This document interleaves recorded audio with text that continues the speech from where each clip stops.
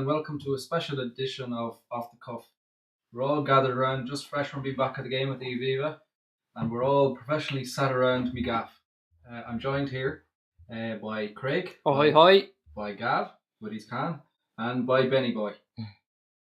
So, boys, everyone buzzing after the game. It was nice. Well, from a selfish point of view, it was nice to have a game on our doorstep. It was without having to fly or take the boat or whatever. Just go a couple of stops on the train. So it was nice just to have a day out together. And myself and Craig here we were lucky enough. We were part of the established media there today. So I knew you wouldn't let me down. Yeah, I knew you wouldn't take long to get straight into that. I think we'll start there. I was waiting for it. Just how good was the food in the media area beforehand? The food was all right, but I hadn't got a patch on your question to Klopp. Oh, in the presser after the game. Oh, well, I wasn't really going to. For me, that's what the whole day was all about. Going straight in. Yeah, we'll go straight. Forget the prawn. Was there a game today? I know. Well, no. The only thing that happened really was I got to ask Klopp a question in the pre-match or the post-match conference. And, I heard it made his day. Yeah, no, he genuinely looked touched by it. I think it was. I think I saw a quote there saying something like it was. He felt glad that he's come to Dublin just to be able to answer that question to me. So, well, there was some little fucker down the front trying to. The media. The man came in and he said, "Okay, I'm going to pass around the mic. Anybody wants a question, put your hand up." So this smarmy little fucker in the front row puts his hand up and takes the mic, asks his question. We're sitting there. Then he goes into another one. Then he goes into another one. And he just wouldn't shut up. And you could hear the whole room willing this lad to shut up asking questions. I was pretty annoying because every question that he led onto was a fresh question I'd made up. So had to think on the spot. But look, sure, we'll talk about my moment in the limelight later on. Do we have to? We will. We really do. Okay. I think we might have a special bonus pod just completely all about it. I think that's a fair idea. That's a fair point. It does. Yeah. I don't think that's. I'm watching me hair that day. Right, we'll hold it back into the game. Attacking enough lineup, despite all the injuries, and look, we won't get too much into the whole transfer business. We'll try and stick to football. But Ben, speaking of transfers, John, wasn't that what your question was about? The Klopp? Actually, it was. All right, lads, I promise. No more questions about the press conference. I'll let Jonathan do his job now. Promise? Yeah, I don't know if I can promise that, but I'll try my best. Back to the football then. The lineup was pretty attacking enough, wasn't it? It was decent enough despite all the injuries. Ben, what did you make of the lineup? I thought it was fairly good considering all the injuries and people that weren't available. It was about as good as we could go, wasn't it? To be fair, but to be honest with it, it was as strong as we could go. But in all honesty, the second half was a lot better than the first half, which is quite surprising because you'd expect the first half team more likely to start the season. But we'll talk about that later. But yeah, it was as good as he could go, really, with the problems we had. Yeah, it was. We went 4-3-3 again. Chan really impressed me in the middle of the park. I thought he looked, dominant, and he drove the team on quite a lot. Yeah, no, he was a real standout in that first half, which is, in fairness, because Hendo's always a doubt, so it's always good to see him pushing hard, to be fair. And then hopefully he signs that contract soon, because that's always a worry. Yeah, well, let's hope we get that one done out of the way. First half was quite poor, wasn't it, Gav? Apart from really from a little bit from Chan and maybe a little bit from Bobby up front, wasn't a whole lot to our game, I thought. What were your views in the first half? I thought it was a bit pedestrian, to be honest with you, and I knew he couldn't stop. You had to start with the depression. This is Dublin, motherfucker. This is Dublin. I don't care. I watched the football game. Celebration of football, Gav. Happy. You bollocks. Listen, come here and I tell you. You went 4-3-3. I thought it was more like a 4-4-2. I was surprised to see Moreno and Milner starting at the same time. It looked to me like Jam was at the base of the midfield. I thought Milner was on one side of him, Gruish on the other. It was very strange watching it in the first half for me. I think Milner and Moreno changed positions a couple, alternated that kind of role at left back from time to time. You had Salah, you had Origi, which I don't really want to go into him. No, I sound like a broken record. I was really impressed with Firmino in the first half. Some lovely touches, but as Ben said, I thought the tempo in the second half was a lot better. It was a lot more of intent. We had a lot more of intent to our play. We went at them. There was a lot more movement and one-touch football. But the first half wasn't bad. We missed a few chances. Really had a couple of headers that he really should have scored. He was straight through on goal at one time as well. Yeah, there was a lovely setup for him, and he tried to be too precise for it and put it past the post, which he should score. And the header that he has at the back post, in my opinion, he's well up in the air. He's well on top of it. He should be putting that back across the goalkeeper. I think he scuffed it, came off his shoulder. At least hit the target. Yeah, but he's well up in the air. Like, it's not as if he's stretching for it. He's all over the header, so it should be literally a straight header across the goalkeeper. But the one in the first half that impressed me the most, I thought, was Firmino. He dragged left, he dragged right, he played off the front. Some lovely touches. He protects the ball really well. But I thought overall the first half it wasn't great. And myself and Ben were sitting beside each other during the game, and I know it's a pre-season game, but I just thought, if that's the back four we start with next Saturday, I'll be a little bit worried. What do you think to Trent? He was always in space, wasn't he? But they just didn't find him enough. Yeah, we commented on that as well. He was in loads of space, and someone like Henderson, believe it or not, that just gets the ball out of his feet and hits that diagonal. Now, not a long, hopeless diagonal. It was a diagonal ball, and it literally was in on the right hand side. He was right in front of us all the first half, and he was open all the time. Yeah. Going forward, he wasn't bad. But you're kind of looking at Salah to link up play there. Defensively, he was caught a few times, but you're going to get that. He's a work in progress. He's 19 or 18 or 19 years of age. I never remember what age he is, but he's 18 or 19. And he done all right. We weren't bad. I just thought that it was a bit predictable at times. Yeah, it was a couple, as you said, a couple of really good chances. Really, he scores those. It might have been a different game, but we got a penalty there halfway through the first half. Bit of a decent move. The ball goes out to Chan. He puts a crossfield ball across to Bobby, who there's a bit of contact, and it's penalty. And Bobby looks like our number one penalty taker all of a sudden now, doesn't he? Yeah, it's interesting. I was waiting for Milner to stroll up because I don't think Milner was on the pitch last week when we got the penalty. No, I don't think he was. No. I wasn't confident with Firmino, but I noticed the trick. I said it here when he was just about to take it. I said he's going to flash them pearly whites at the goalkeeper here, blind him. They're going to blind anyone, aren't they, really? Yeah, just stick it in the corner. Look, unlike Misery Guts over there lying on the floor drinking his cans, I thought this was a great day for Irish football and a great day for Irish supporters. And it was great to get the result. It was great for the fans. The Mexican way was inexcusable. Yeah, that wasn't great. That's absolutely anybody who took part in that, shame on you. You've done the country an awful disservice there. We look like an absolute bunch of wolves. Yeah, wool behaviour, that is. That's awful wool behaviour. You wouldn't catch me dead. You wouldn't catch me dead. No, it was a good penalty. To be fair, he struck it well. And Milner gave it to him. You know, he did. Yeah, it looked like if you, I don't know if any of you noticed, but Firmino, it's a stonewall penalty, but if you watch Firmino gets up and he looks towards Milner, and Milner does actually go towards him and he says something to him. Do you think he'll get it? That's what we might see in the season. Yeah, and do you know why? Because I don't think Milner starts most games. That's a fair shout. That's what I think. Because if he starts most games, he's penalty taker. And forget this, I think he missed one against Southampton. Like, it's the only one he missed last season. Now, it was a crucial one, but don't forget me. You know my thoughts on that. Yeah, Fraser Foster. Yeah, I know. Fraser Foster. I'll wind it back. Think about Bobby last season. If he had got, now I know it's a big if, but if assumed that he scored all those penalties that we had, Bobby's stats would have gone through the roof. Yeah, because I'd say Milner probably scored about 8 or 9 penalties last season. Definitely there's someone in around there, but if you watch, look, I could have been looking at it completely wrong, but it looked to me like he did look to Milner.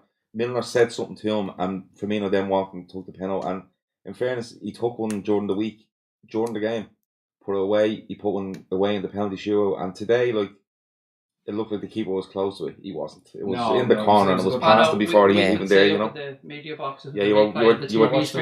Yeah, he was miles. It was a great penalty. I think it lends to the opinion that Milner doesn't start most games, and you have to have a penalty taker. Because if you think about it, if I said to you, "Who's your penalty taker?" before last Wednesday when Firmino takes one, you're kind of looking around going, "Who is it?" But it's definitely him. Do you know what worried me though? And I really don't mean to be bringing this back to the presser, but there was Klopp said something in the presser that really did worry me, and he said that freeing up Millie now is like having a new midfielder, and I just thought that's really not the type of thing I want to be hearing from the manager when the transfer window is still open. Yeah, it didn't fill me full of confidence at all, but I think you're spot on there, and I have to say what you said about Origi as well.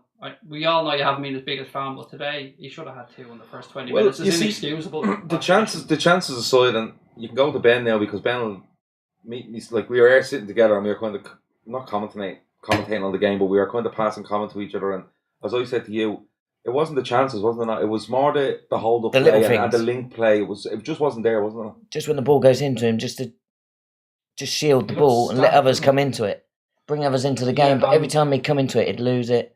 Just little things, loose balls and stuff like that. Just to elaborate on that, the Glasgow goal comes as a result of a sloppy play from Origi. The ball is played to him on the halfway line. He loses it. He flicks it away, loses it. Now defensively, we're an absolute shambles apart from that, but that's what caused it. That was the first phase of their attack. Comes through Lovren. I don't know what he's doing. Lovren, in fairness, with the angle we were looking at it, Lovren is he's probably 10 yards too deep. Yeah, he's 10 yards too far up the pitch, because that ball is always open in behind him. If he drops off when that player gets the loose ball, he clears it. He's not fast enough to get away with it. And the problem is then he slides in to try and make it. It's this big lunge that we've spoken about. And the problem then is, if you look at the left back, and I'm not sure if it was Milner or Moreno at the time because they were switching, he's not far around the back of him. Because if he's around the back of him, he's getting on top of Williams. Now, in fairness to him, Williams is really cool, and he slots it really well. Cut inside my pitch and then just tucked it away. And one of their players that didn't want to score today, by the way, was Williams, because I could see what are we going after him. I could see it's being linked to him. Did none of you look at him and think he is Origi plus? He is, but he's still very, very raw, just like Origi was. Like I watched a good bit of La Liga and I've seen him. He didn't actually start.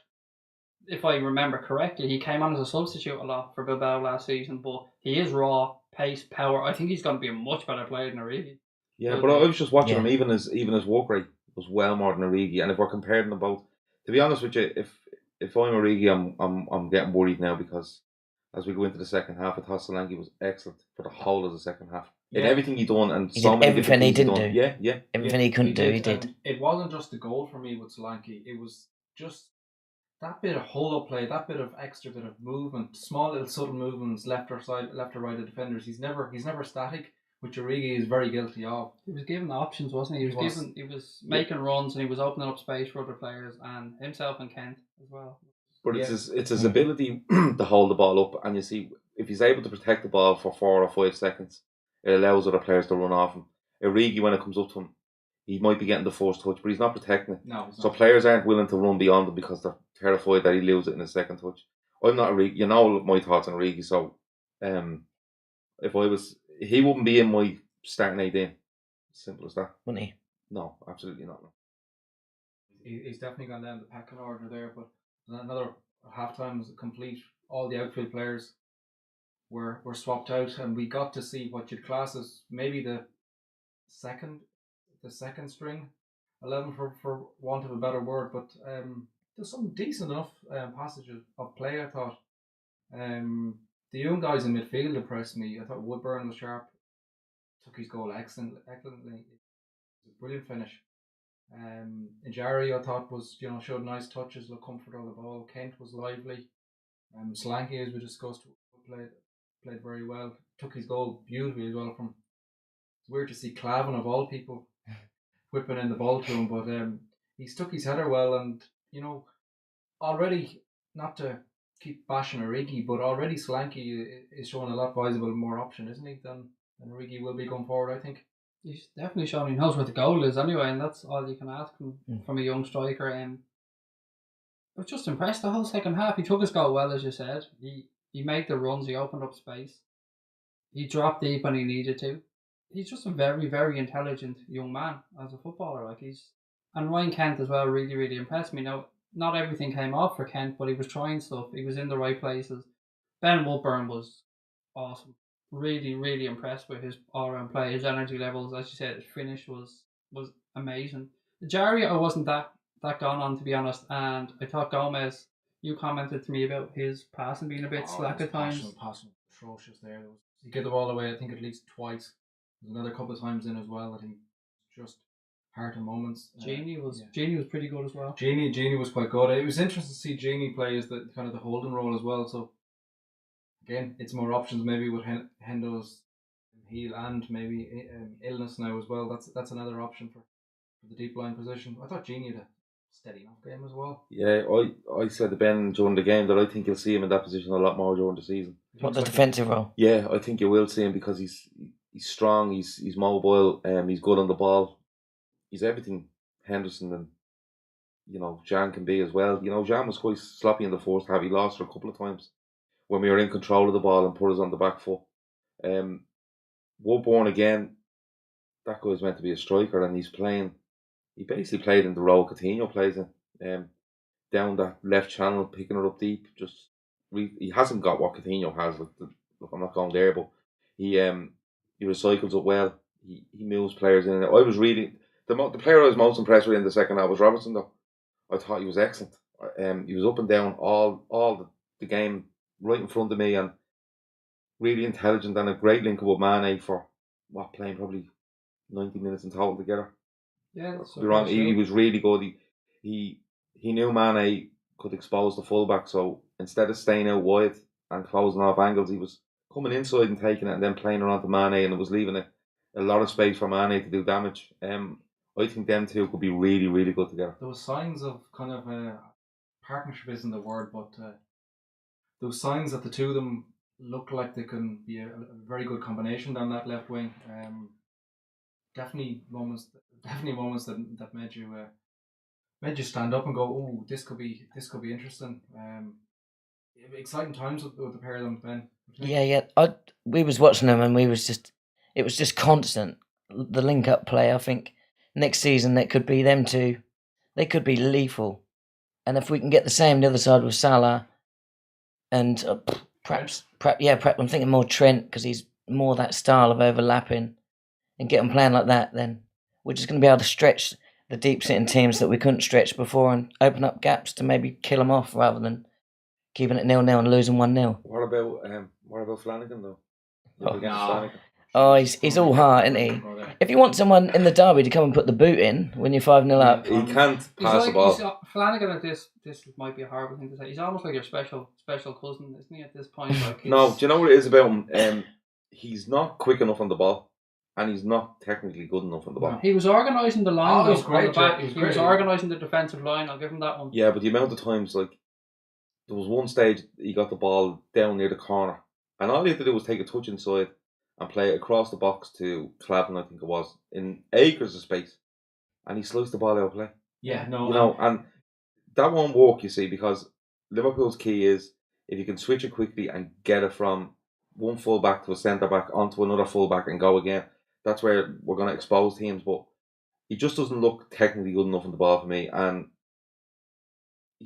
he's not quick enough on the ball. He's just not the simple headed passes even that would just you nod it down to the guy in front of you, and he couldn't do it. Jonathan, I said to Jonathan during the game as well, he's not being great, and Jonathan just turned to me clear as day and just said, "Look, he's finished." He just isn't the same player. Listen, Liverpool.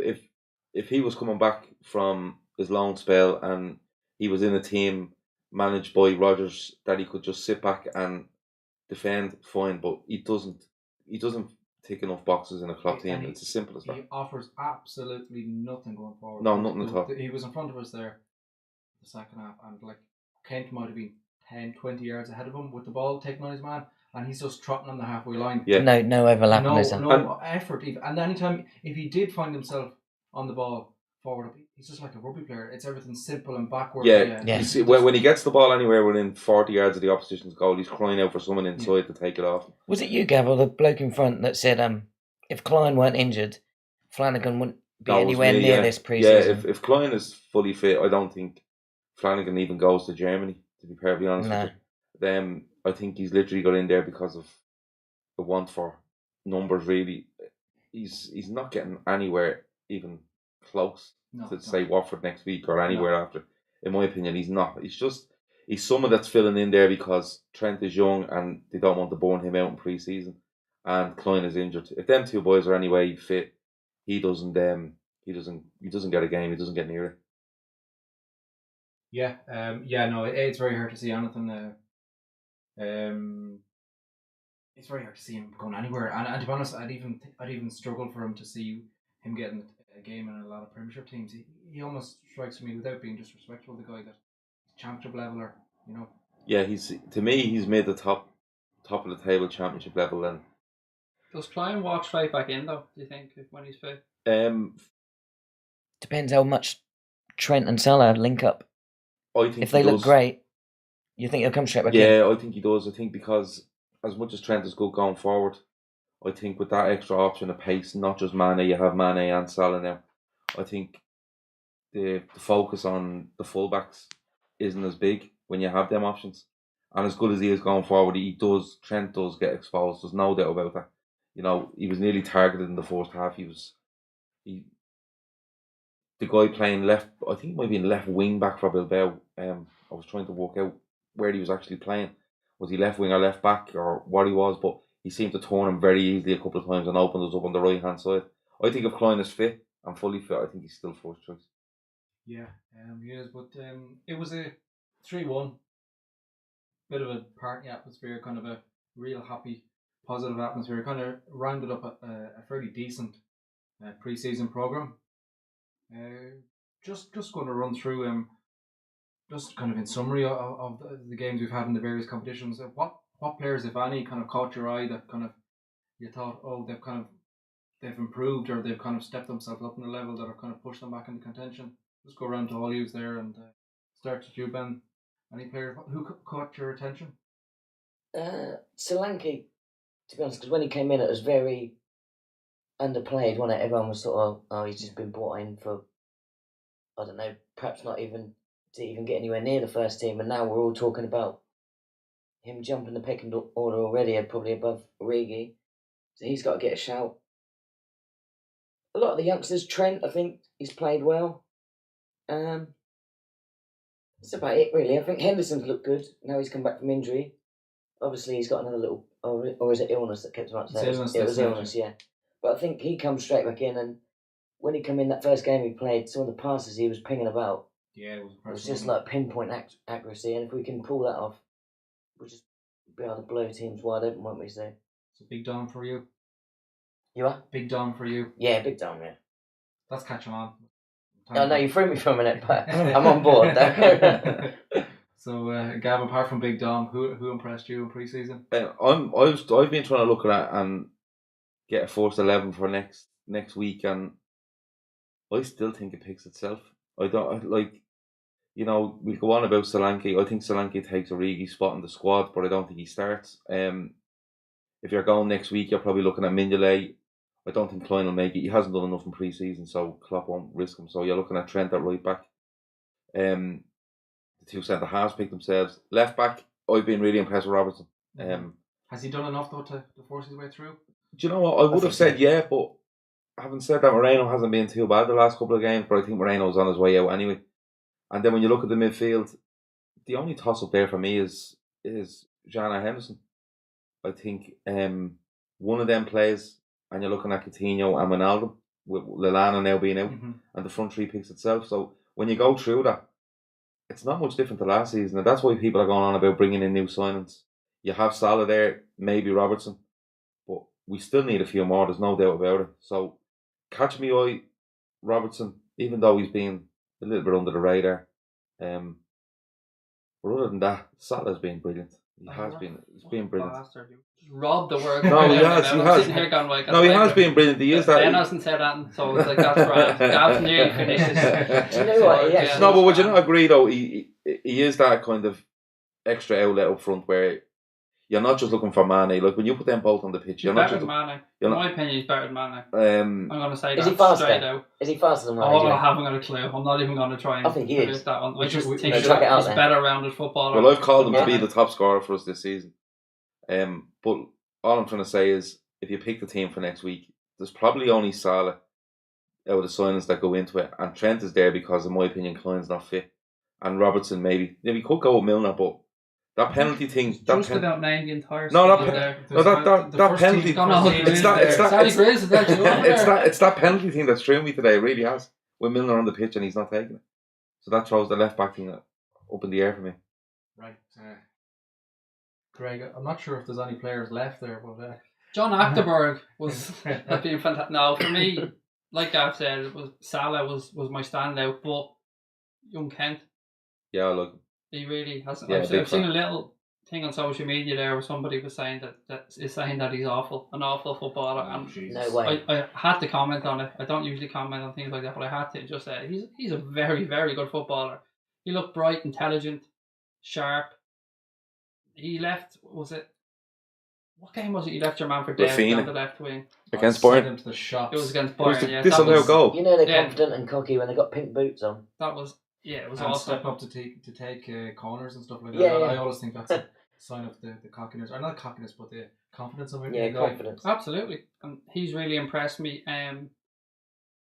Firmino, I've been hot and cold on in pre-season. I just think he's afraid to shoot for some reason. He's done everything right, but then when he gets into the position where I want him to pull the trigger, he seems to be looking for that last pass all the time. He's kind of got that problem that we used to associate with Lallana, and then he went one step too far, but Lallana kind of came around and sorted that out. Solanke, as the lad said, has been great. But Salah for me, Salah and Kent are my two. Yeah, I'm a big fan of Kent. I said I would have said put him out on loan, but now I'm thinking Ojo's gone on loan. Is he that third winger? Yeah. Is he that third winger that we might? Seems to be. Need? He's a different type of winger to Salah and Mane as well, as in he's more like, I think he always is like a guy who kind of runs past his man, beats him with a piece of skill and whips in a good ball. Mane and Salah just are almost like to me they're almost like someone that comes in and takes a shot or whatever. So it's just a different option as well. And then like the good thing I like about Solanke as well, he's adding an aerial dominance that we hadn't really had in a long time. We hadn't had a striker that's able to just put his nut on the ball and pop a few goals like that. That's a big Andy Carroll.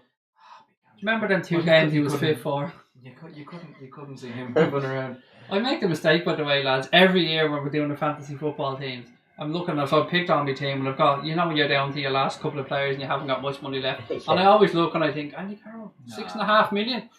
That's cheap, and I do it every single year. He's cheap for a reason. I'm thinking Andy Carroll, and then he's playing 4 games. Cocky for the first week or two, and then he's out for 6 months. I still haven't done my fantasy football to him. I think there's 3 of us here that need to pull the finger out and get it. So I've changed mine about 500 times. Yeah, well, I'll be putting on a select in and just changing it. What I'll do is, when does the season start? Next Saturday. There's no Friday night game to kick it off. The league's doing well, by the way, lads. I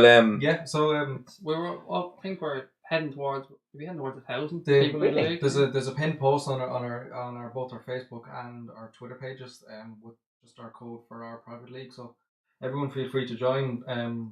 Gav's sponsoring all the prizes out of his own pocket. Fair play. I am, yeah. He's just going to nick them out of the back of a shop and fingers there. And it'll be sorted. But what you mean nicking? It's done already. Is that right? It just has to break back in for the print. I was going to say, did you rob one of each number of the skull? Yeah, the whole lot. It's all sorted. Don't worry about it. No, literally, I will do it on Friday night. Press auto select and forget about it for 9 months because I won't do that with it. He probably still end up beating all of us. Exactly. But everyone get on board that. Get your team in quick. Don't do like Gav. Don't be like Gav. Isn't that what they say? Just in general, don't be like me. Don't be like not just fancy. It's not just a fancy football. Yeah, we follow that. It's a life lesson. Anfield Wolves giving you cutting edge life lessons here. Yeah. Get your team in, folks. As I said, the pin post on the Facebook and Twitter has our entry code. Some great prizes there as well, and we'll have a ball of laughs over the season ahead. We'll wrap it up there. Gav has another scatter of cans there that needs to be polished off that he can do them without.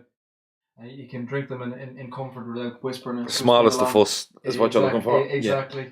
Before we end, we've got to give the young lad a shout. He'll go home and he'll say to the missus, I couldn't have a drop all day. Jonathan's family are teeth holding, he wouldn't let him do anything. Is there any chance I could just nip down to the Alfie there, love, and grab a few cans? Yeah, my wife knows me better than that. You just see waddling in the door. Ben wants to shoot in there. I think I know where you're going. We've got to give the young man a shout. What young man? Nerves of steel, run on the pitch during the game. Oh, yeah. Mid-game and have a selfie with it was outrageous. The only problem I had with him was he should have had the camera set on. Yeah. Onto selfie mode. He wasn't prepared. He was like someone pulling his club card out of his pocket in Tesco. That's what he was like. He should have been ready to rock and get over there, and he would have had it done because them stewards were never catching him. Did you see the statement? He couldn't even call onto their hat. But Mane. I was actually half expecting Mane to put the hat on and call him back and just say to the stewards it's fine, but he didn't. Obviously, the stewards got an awful hard time when they came back out without the young lad after bringing him in the back. Yeah, they probably did just send him back up the tunnel and let him back onto the seat. I don't know. You'd like to think so. You'd like to think so, but. If he's going to do it again, if he's going to do it again, the only advice I give him is... If it was a man that done it, he's a drunk thug. Yeah. The young lad that done it, he's a cheeky little scamp. Yeah, but The only advice I will give him is have your phone ready, and like if he'd had the phone ready, he was over there. He could have had 2 or 3 selfies before them lads caught him, But he learned, It's all a learning process. Okay. More life lessons from Anfield Road Wolves. Yeah. Right, we're definitely going to wrap it up now. Like to thank. I don't think we can leave without saying hello to your mother. By the way. Hello, how are you? Jonathan's mother has kindly sat here in silence so we can record this podcast.